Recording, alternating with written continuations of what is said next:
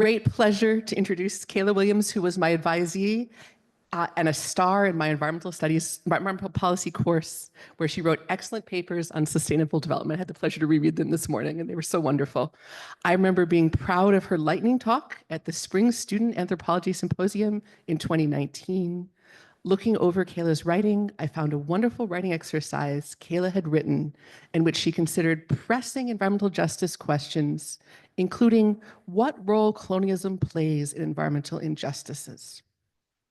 During her time at Tufts, Kayla had internships with the Clean Water Program of California's Consumer and Environmental Protection Agency of Santa Clara County and Cambridge's Environmental and Transportation Planning Division.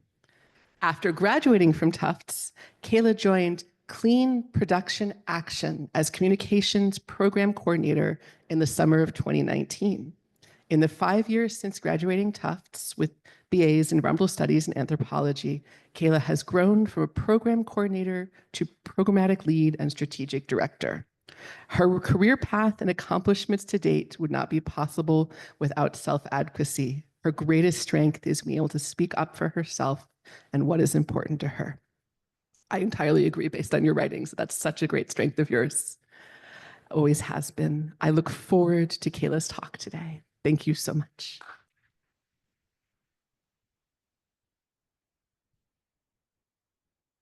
Thank you, Ninian and Sarah and Colin, the Environmental Studies Department and the Anthropology Department for sponsoring this talk. So when I was at Tufts, I was Kayla Williams. I got married this year, so now I'm Kayla Powers. And I'm really happy to be here with you all today. Thank you for coming out. I know you might rather be curled up in a ball in fetal position, but you know, life goes on. You can just take it one day at a time. So like Ninian said, I feel like one of my greatest strengths is being able to advocate for myself and what's important to me. And enacting that value has helped me find my voice and my power within environmental spaces like green chemistry and sustainable materials, which have not historically been very inclusive to environmental justice communities or activists. And now it's really my job to enable that skill and that power to pave my own way forward at Clean Production Action and in the world at large, advancing environmental justice within corporate chemicals management policy and the financial industry. So a little bit more about who I am. Now I'm a diversity, equity, and inclusion practitioner. So Clean Production Action has afforded me professional training in these values and what it means to implement them at a nonprofit organization. And really at Clean Production Action, my job is to ensure that every programmatic decision that we make considers environmental justice impacts. Because if our organization is able to recognize that a marketplace that's dependent on toxic chemicals is rooted in systemic racism and injustice, we're not doing anybody any favors. We're not actually transforming the marketplace or our economy. We're just shifting those chemical burdens onto people who are deemed least valuable by society. And yeah, it's really my job to make sure that our work is actually transformational and not transactional in how I show up for environmental justice communities. So starting with what I did while I was here at Tufts, I was here from 2015 to 2019. These are my extracurricular activities. I was an eco rep from 2016 to 2019. I was just a regular eco rep, and then I was the assistant coordinator, then I was the coordinator. Hopefully you like the logo that they use today. I hated the old logo. That was the first thing I wanted to change when I became coordinator.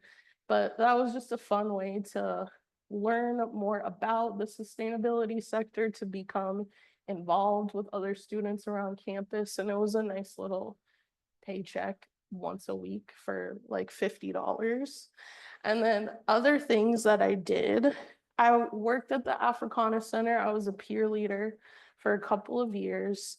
And then I was also a facilitator of the Black Women's Collective. That's just an informal group that meets like once a week. I hope they're still doing it. But yeah, just facilitating a space for Black women to show up for each other, connect with one another, and talk about things that matter to us. I also worked for the Office for Campus Life. I was an event staff person all 4 years while I was at Tufts. I think that's us one year right before Spring Fling. We were just feeling cool in our little shirts. And then I was also an office assistant in the campus center. Again, a nice little way to make some money while on campus and meet new people and yeah, have outlets outside of class. I also was on the club women's rugby team for 3 years. I wasn't very good. I didn't play that much, but it was just something I looked forward to, being able to move my body and try a sport I actually knew nothing about. Again, another way to meet some really cool people and make friends. This coming to Tufts was my first time away from home. I came from just a regular old public school background. The transition was pretty difficult for me, to be honest. So all of these things kind of just helped me feel grounded and find a place here that was comfortable and that I felt like I could thrive in. And then so my educational track while I was at Tufts, I had two majors. With ENVS, I was on the sustainability policy and equity track. This was in the days before you could do that degree on its own. So I double majored in anthropology. No specific track. I took classes in cultural and biological anthropology. My picture's up here. That's me with my poster after I did my internship with the Clean Water Program at Santa Clara County. And then that's me with my GIS final projects my senior year. The one on the top, it was like a kinetic energy assessment. Like if you were gonna put technology and crosswalks around Manhattan, which one's got the most foot traffic, that would be the best place to put those things there. And then the bottom one was a sound map. It was kind of an environmental justice related project, but within Monmouth County, that's where I'm from, where I grew up in New Jersey, which places are the loudest and how could you address that? So that's a sound map on the bottom. And then that's me with Zorin Machanda. She was my anthropology major advisor. She's a biological anthropologist. She was really cool. And then that's a picture of a screenshot of my Google Calendar. I think it was from like the fall of 2018. So my fall semester, my senior year. And I wanted to put that up there because you might be able to see really small. I was taking a class called Indigenous Peoples and Environmental Change. It was being taught by a visiting professor who I don't think is teaching here, but that class really, for me, it was what brought environmental studies and anthropology together and ultimately helped me shape my personal mission, which is to uplift, defend, and protect people of color, Black women especially, within the wake of environmental damage and climate change. And so these classes and the other things I did while I was here, they really taught me the importance of community and just got me started on building skills that I use every day, especially around organizing and facilitation.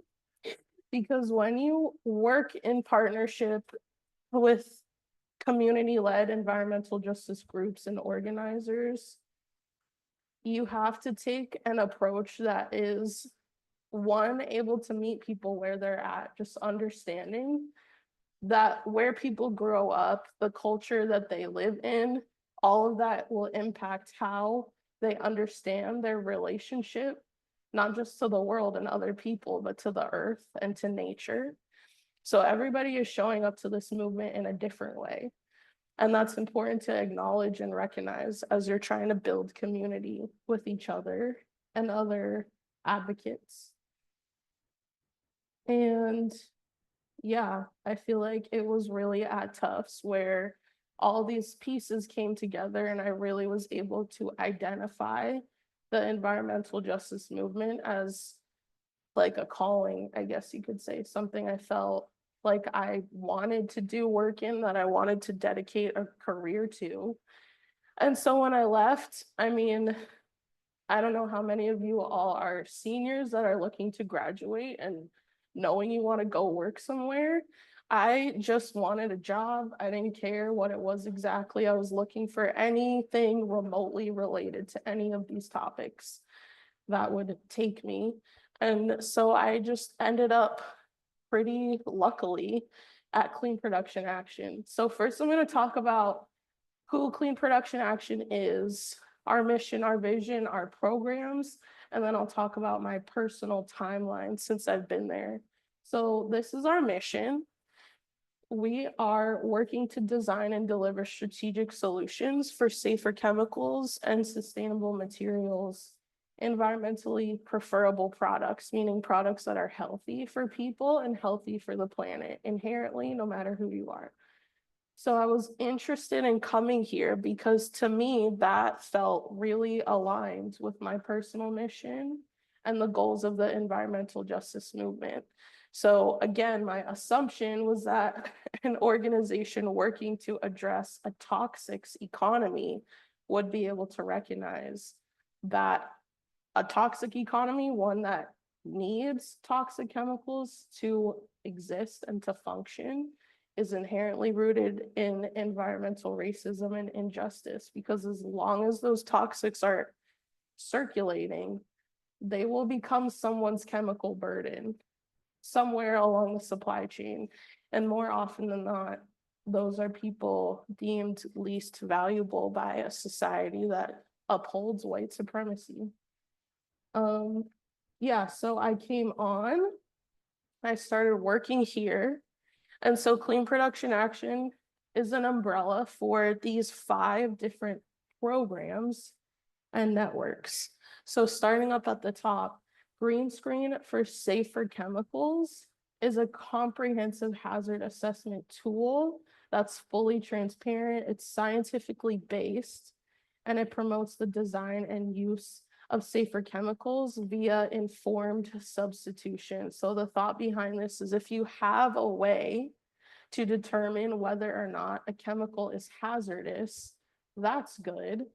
And you can benchmark them from very bad to less bad to better to best.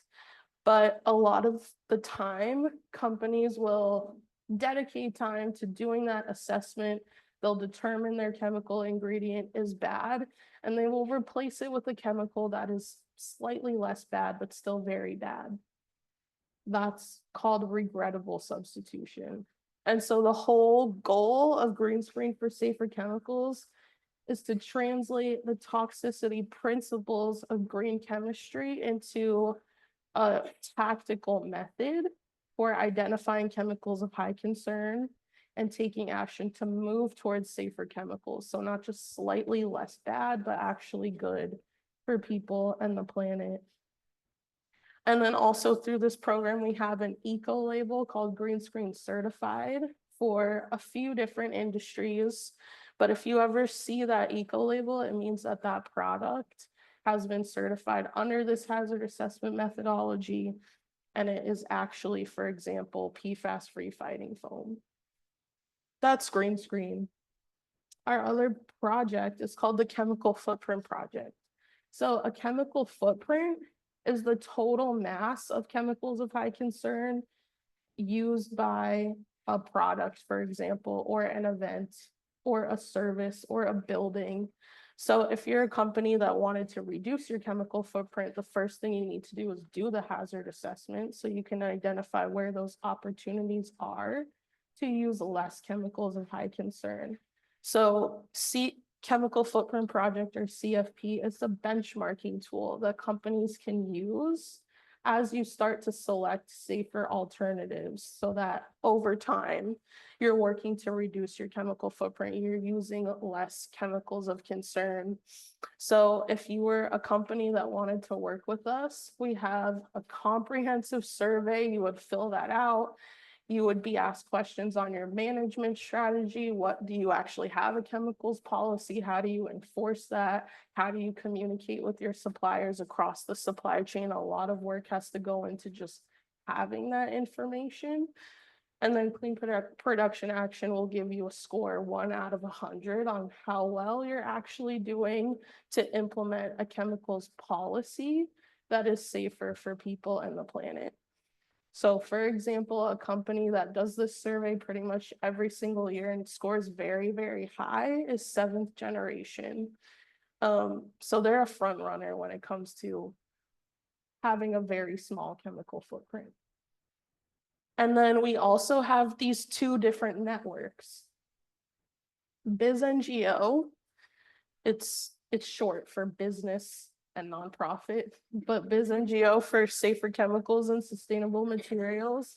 It's a network that invites businesses, nonprofits, academics, governments, individuals. You can all come together to promote the adoption of safer chemicals and sustainable materials.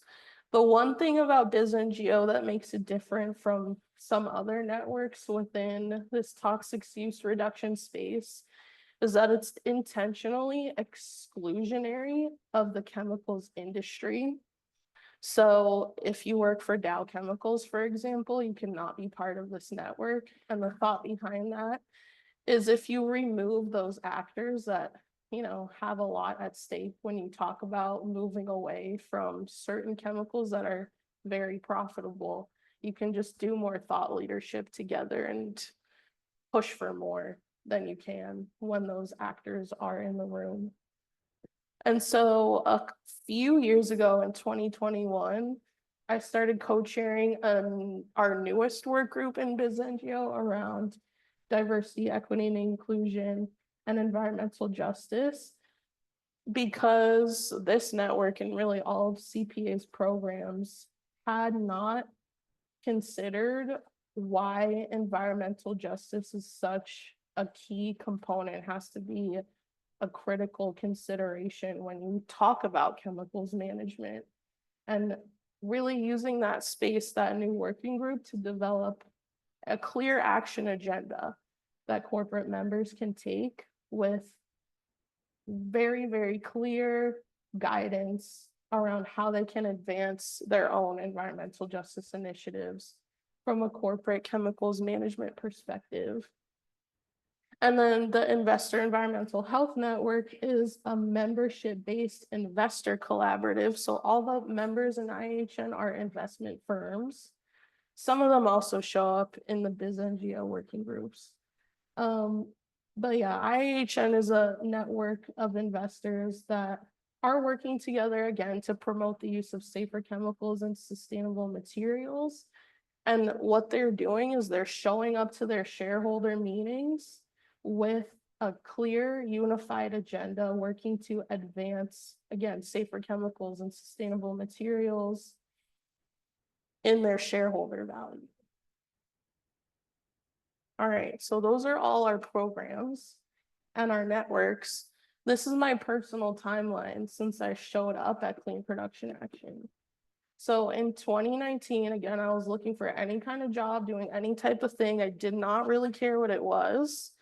And so I had, as Ninian mentioned, I was actually working as an intern at the city of Cambridge. This was fresh out of graduation. I had that part-time internship. I was like, okay, I'll look for another part-time internship and I'll do both of them for a year until something else works out. So I go on Handshake with my Tufts login and I see Clean Production Action is hiring a communications intern. I actually applied for that.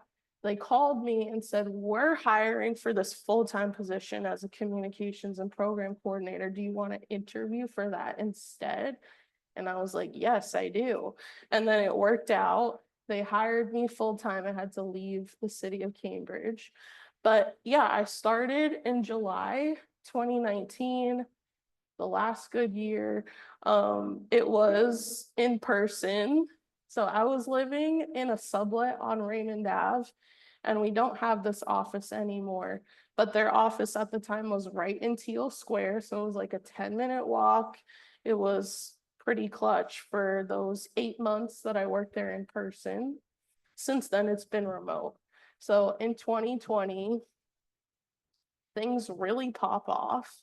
And so like this communications program coordinator role, it was essentially like an administrative assistant. I wasn't leading anything. I wasn't making any decisions. I was just supporting the other staff and scheduling meetings and making copies and sending emails, that taking notes, that kind of thing. And then in 2020, Clean Production Action, as well as a lot of other organizations in the spaces that we occupy, had a very serious reckoning with all the sociocultural events that happened that year. And unfortunately, I experienced some racial trauma at work during this time. So not only was I the only entry-level person working there at this position or at this organization, I was also the only person of color, only Black person. Like that year, they had added 2 women of color to the board, but the other staff weren't really anything like me, which I didn't have a problem with until they started asking me like, oh, will you write our solidarity statement for the Black Lives Matter movement? So I had to take a step back and be like, whoa, like what the, no, I cannot do that. That's something the executive director should probably do. And it's actually really wrong of you to ask me that, because I know the only reason you're doing that is because I'm a Black person. And as I've been saying, like, I care deeply about these issues, and I did want to forge a career path in them. So I kind of just seized that moment. I wrote a letter and I said, I will do this work, but I want you to pay me more and I want you to change my title. I don't want to be a program coordinator and you're coming to me to fill in every grant report question around environmental justice or diversity, equity, inclusion. So thankfully, it worked out. And I didn't say promoted, I was accepted as the DEI lead later that year after there'd been some back and forth with the executive director and the board of directors. So at nonprofits, usually there's a board of directors that is making the final decision on staff positions and your strategic vision and all of that. So I kind of had to make my case on why Clean Production Action had to go that direction. And I was at a time in my life where I did not feel like I had anything to lose. So I was like, whatever, if they don't want to work with me anymore, like I'll find a new job, but I don't want to work somewhere that is gonna treat the only entry-level Black person this way. So it was a kind of a rocky year, 2021 and 2020. Eventually, things kind of start falling into place. So after I am accepted as the DEI lead, the first thing I did was just start leading internal conversations around diversity, equity, and inclusion values. And that was meant to just build the individual awareness of other people on staff so that we could actually have productive conversations about how Clean Production Action's mission has to be better connected to the environmental justice movement and the priorities of communities. In 2021 is when the BizNGO Environmental Justice Working Group launches. And initially, it started out, again, just being a space where those thought leaders, when it came to chemicals management, could just be able to ask questions and again, build their own individual awareness and understanding about environmental justice, because most of them had not heard of or thought about that ever before. The next year, in 2022, an investor environmental justice work group launches. So it's kind of the same thing that was happening in the business space starts happening in the investor space. Those IHN members, I'm going to talk about these two groups more, but many of them have a decades-long history of being concerned with social equity, health equity issues, but at this time are just starting to think about environmental justice as another branch of their work that they need to pay attention to. And then last year in 2023, I kind of become the official face of clean production action, and I start showing up more in different environmental justice centered networks and advocacy groups. So that's what it's been like for me over the past 3 years. And again, like having these experiences at Tufts that help me build skills around building community and facilitating conversations, and also my educational background. I felt confident in my educational background to do the work that I was saying I could do, but I didn't want that. I wanted that to be the reason, not because I'm a Black person. So yeah, thankfully it worked out and I'm still there. So now I'm going to talk about my specific projects with the business, Biz NGO DEI EJ work group and the investor EJ working group. So this is my co-chair, Nyla. She was at Ceres. She did shareholder advocacy. Now she's a fellow at the Center for Climate and Energy Solutions. She was another person who just volunteered to take this on, and she's really cool. I encourage you to search her up on LinkedIn. But again, Biz NGO Clean Production Action up until this point had not considered environmental justice at all in their strategizing and organizing.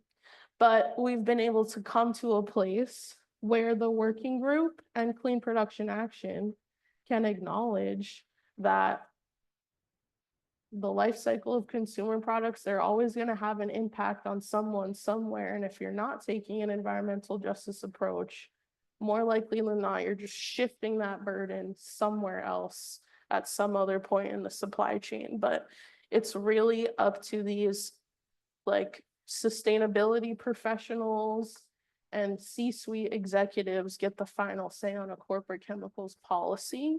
So they need to be in our space so that we can just plant these seeds in their mind. So for the past few years, we've been working to build this action agenda, clear steps companies can take to address environmental justice within their corporate chemicals management. And so I'm going to go through these actions, and I'm getting ready to present this final version of this guidance document at our conference. It's going to be the first week in December. So these are broken out into 10 steps, and then there's a paper associated with each one with very specific details on how you do this and how you track your progress towards it. But the first step is really to create and adopt an environmental justice strategy. So if you don't have any goals, it's unlikely that you're going to build them into your strategic direction and planning. So just start with that. Start by defining an environmental justice strategy that you aspire to implement at your company. The second one is committing to and conducting an environmental justice audit. And this is kind of the next phase of this work, and it is going to become a key value of the investor environmental justice work group, because companies don't like to be audited. They usually don't do it unless their shareholders are demanding that they do. But really doing an environmental justice audit that is conducted by an independent third-party organization, it's going to help you clearly identify what your environmental justice impacts are outside of the lens of your corporate interests. The third thing, like I was talking about, we had to spend a lot of time internally and with the BizNGO work group before we could even begin developing this guidance, investing real organizational resources in understanding what environmental justice is and what the root causes are. Again, you cannot really show up for this movement if you don't understand the history or the intersections. You're not going to be a very good ally to communities if you don't have this knowledge. So that's a really good place to start. The next one, also extremely important, maybe the most important, committing to meaningful involvement of communities in the development of your policies, your programs, and really showing up for people where they are. Environmental justice work, it's not going to be transformational unless you do it in a way that's intentional and meaningful to people that are impacted on the ground. So whether they are workers within your manufacturing facility that are experiencing toxic exposure because of the chemical components they're using to just manufacture your product, even if those chemicals are not part of the end product, that's still an environmental justice impact. Maybe they live in a community that exists really close in proximity to your manufacturing plant and are experiencing chemical pollution in the air that they're breathing and the water that they're drinking. So just not just being aware of who those stakeholders are outside of your corporate walls, but showing up for them and working with them in a way that is meaningful to them and not just to your company. So yeah, doing that in a way that is transformational and not transactional. The next one is to identify and eliminate chemicals of concern to communities and workers. So this kind of goes back to chemical footprinting. Like, have you actually put in the work to determine what your use is of chemicals of high concern? But then you have an opportunity to go even further and identify which of those chemicals, maybe you have like a restricted substances list, which of those chemicals are most concerning to the communities that hopefully you're working with in a meaningful way. They'll be able to tell you exactly what they are. So yeah, for you to build them into your policies, you need to identify those from a community perspective. The next one is screening for environmental justice concerns, where your organization has operations. So there's a few different screening tools out there, like the EPA has an environmental justice screening tool. It's basically GIS data that you could, for example, take a map of your organization's manufacturing facilities and overlay it on top of the EPA's EJ screening tools to identify which of those sites are geographically located within environmental justice communities. So again, the goal is that you're addressing your environmental justice impacts through your chemicals management policy. But if you are maybe exclusively manufacturing in communities that have already been deemed as environmental justice communities, that's problematic, but you have to do the work to identify where they are first. The next one is to center environmental justice and equity in your product design and development.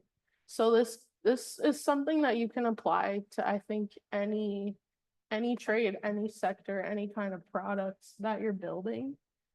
But if you start out your design and development practice, again, without any knowledge or care about your impact on communities, you're probably not going to design products that are going to serve them the way that they should. So if you can approach your product development in a way that centers diversity, equity, inclusion, and environmental justice, you have a better shot at inherently being more protective of people and the planet if you're starting from there rather than trying to retroactively fit it in. So this is specific to the supply chain, but doing what you can to map your supply chain, provide training and financial support for your supply chain partners. So a really common challenge companies have when they try to go and assess their chemical footprint, they have no idea what's in their products because the suppliers don't know what's in their products, and the suppliers that are selling to those suppliers don't know either. And mapping your supply chain is extremely intensive. It requires a lot of time and resource allocation. But if your company is one that maybe is already trying to increase, just pay more attention to your chemical footprint and has goals to reduce your chemical footprint, you probably already started doing this. But again, if you want to fully address the comprehensive issue of chemical footprinting and addressing environmental justice impacts, you have to map your supply chain. And then you can do that in a way that's equitable, again, by providing training and support for your supply chain partners for doing that. Because if you're a major retailer or brand like Walmart or Target, you can probably pay for that, but maybe your supply chain partners cannot. The next one is just supporting public policies for the advancement of environmental justice and environmental justice communities. So even if you're not a government participant or involved in politics, you can still sign on to letters that environmental justice communities send you. You can sponsor bills. You can show up in that way for support of environmental justice communities.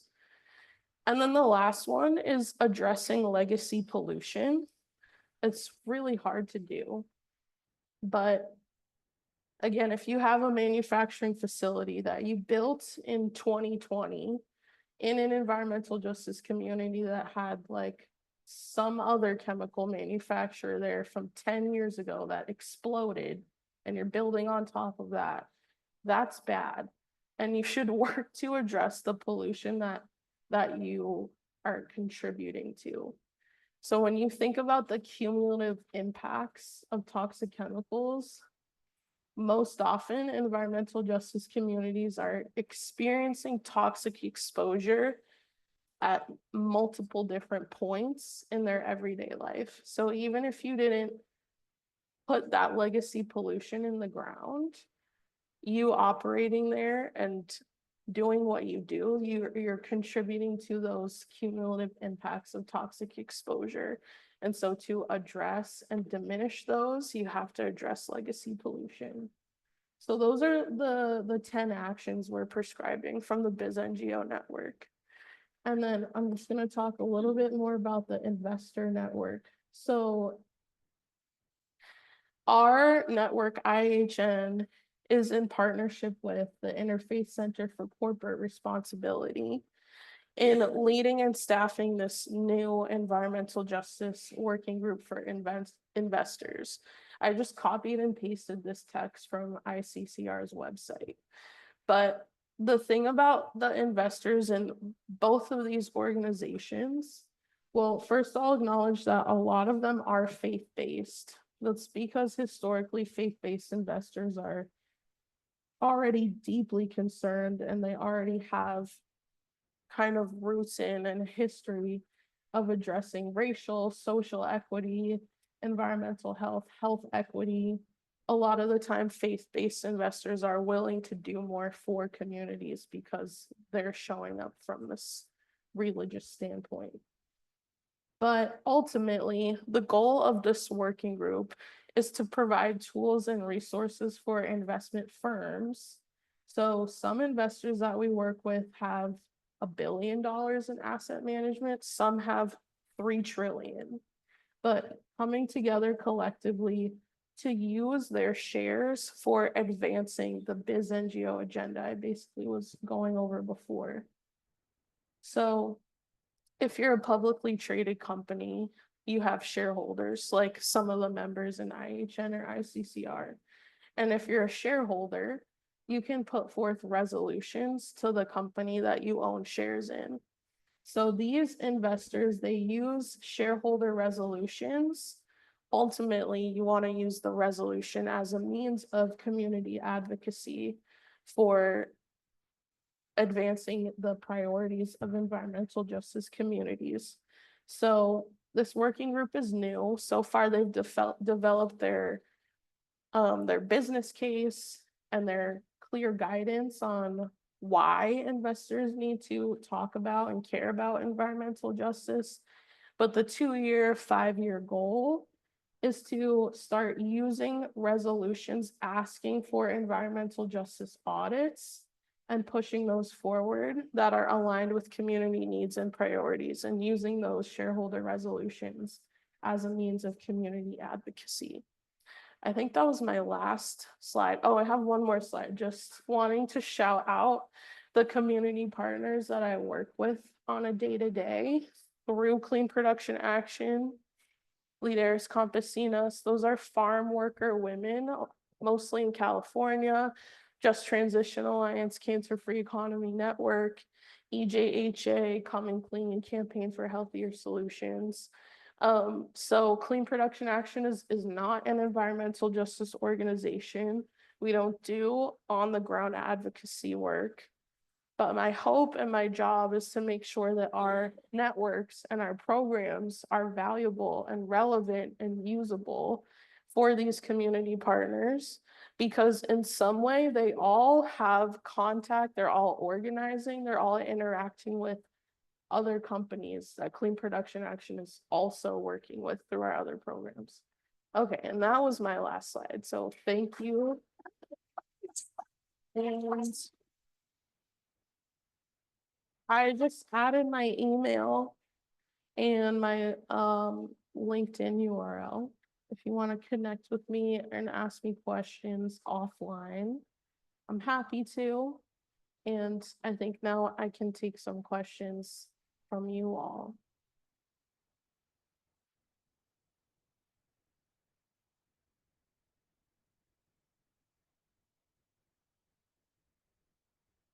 Turn it off. Hello? Oh, it works. Thank you, Kayla, for sharing your personal journey, but also the impactful work you do with us. And we'll open it for questions. And I'm happy to get us started. I thought you shared a very powerful moment on how you stepped up and advocated for yourself to be recognized for the things that you do. And I feel that's something easier to do once you have been out of college for a while and seen things around you. So I guess my question is, do you have any advice for some of our students who are about to leave Tufts after next semester on how they should be ready to self-advocate from the get-go?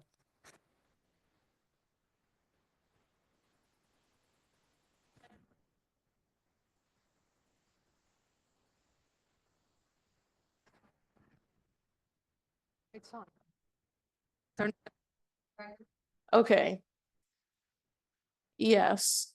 So my biggest piece of advice, this for anyone, especially for women of color, especially for Black women, you need to negotiate your salary as soon as you get an offer letter. So if you're a senior and you want a job, I know you want a job. I hope you get a job. I hope you get a job that pays you very well. So I think the first thing you can do, even before coming into that role, is negotiating your salary. This is something I did at Clean Production Action. It's really easy to do. Once you get your offer letter, before you sign it, you just ask, is this the best your organization can do? They'll either say, yeah, it is. And you're like, okay, I was going to sign it anyway. Or they'll say, no, we can actually give you $5,000 more. That's exactly what happened to me because I asked that question. I started at 50,000 instead of 45. They also paid for my health insurance premium. So that's my first piece of advice that anyone in this room can implement. Probably just keep doing that. Anytime you get a job offer, just start by trying to negotiate better pay for yourself.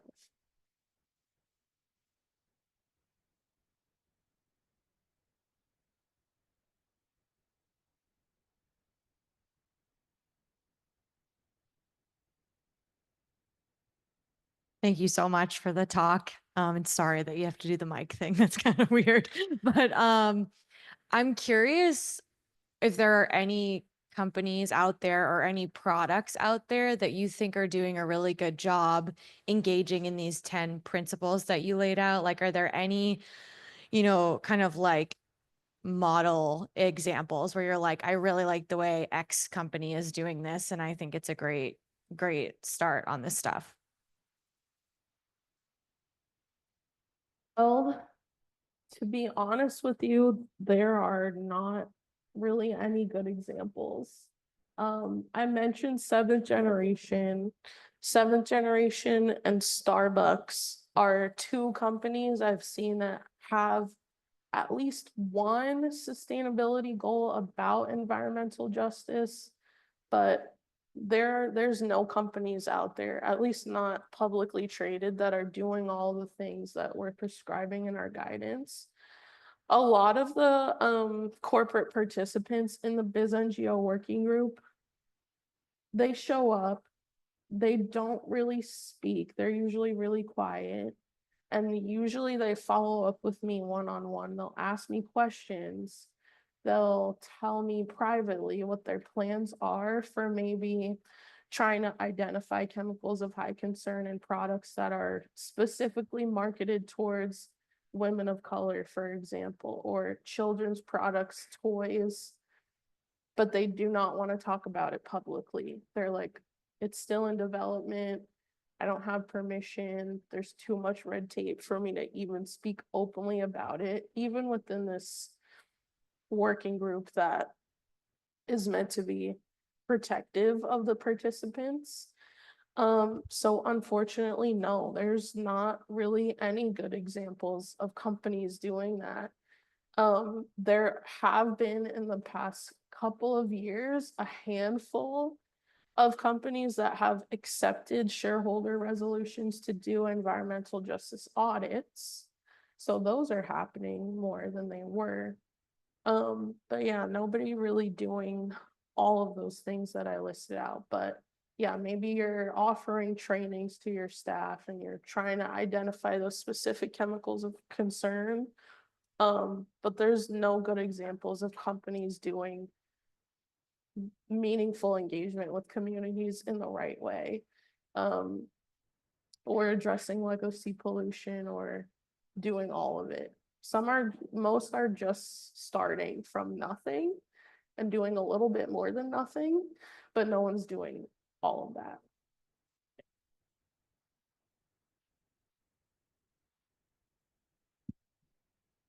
Actually, I would like to follow up on that question. Given the recent wave of certain corporate organizations running away or reverting the DEI initiatives within their companies, have you seen or are you worried that that is going to impact the work that your company does?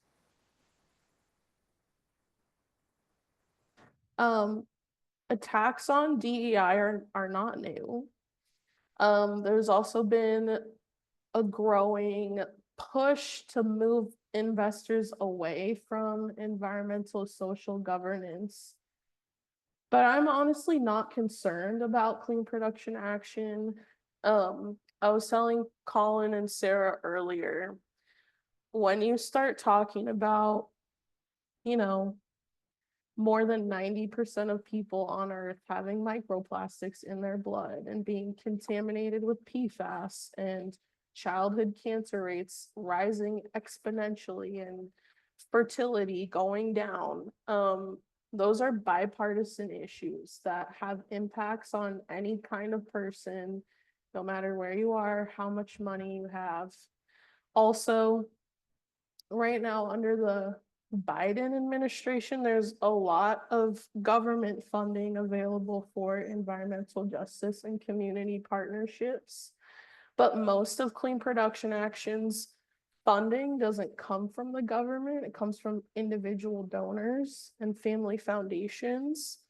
Also, and I feel like those people are gonna probably be even more concerned and eager to continue funding this work.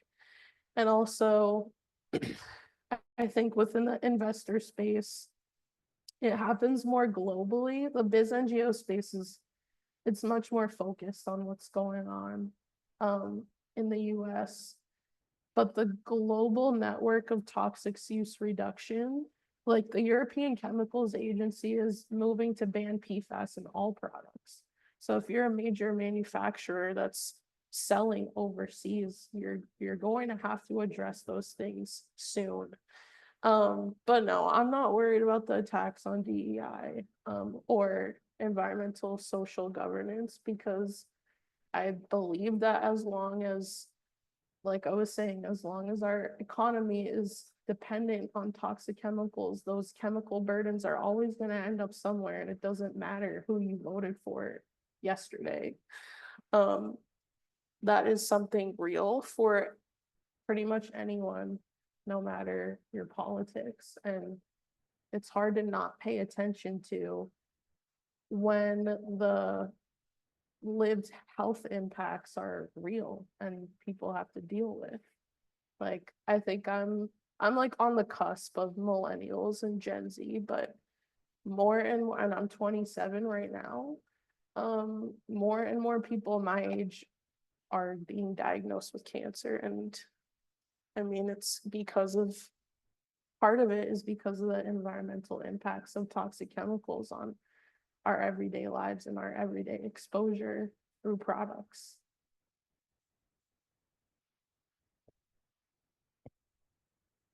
Thank you for a wonderful talk. And when you were first talking, I was seeing parallels between you, CPA, and Ceres. And then you mentioned you're actually working with someone at Ceres. And I guess I'm thinking about in this investor world, as you were putting together these 10 points, how much do you go outside of the organization to sort of tap expertise from other NGOs that are working in this overall space? Are you finding ways in which you are not, like, CPA isn't alone doing this kind of work, but you're really collaborating across NGOs that are working with investors, for example, or any other examples you'd like to give?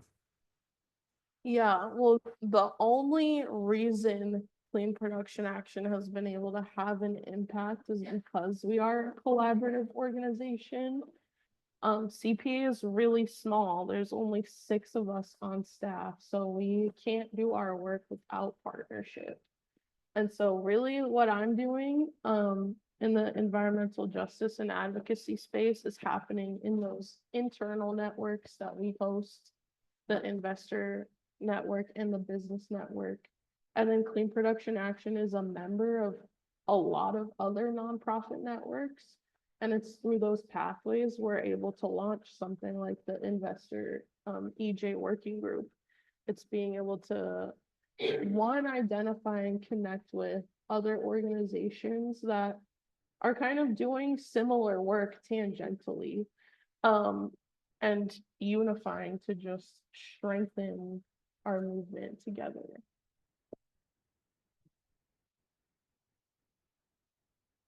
First of all, thank you so much for your talk. This was very interesting.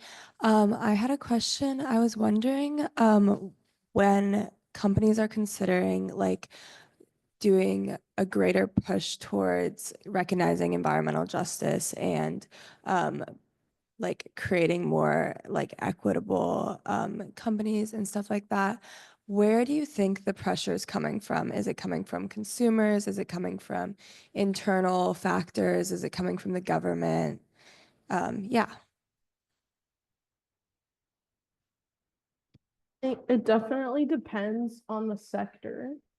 So like right now, for example, there's a safer beauty bill package kind of like sitting in Congress.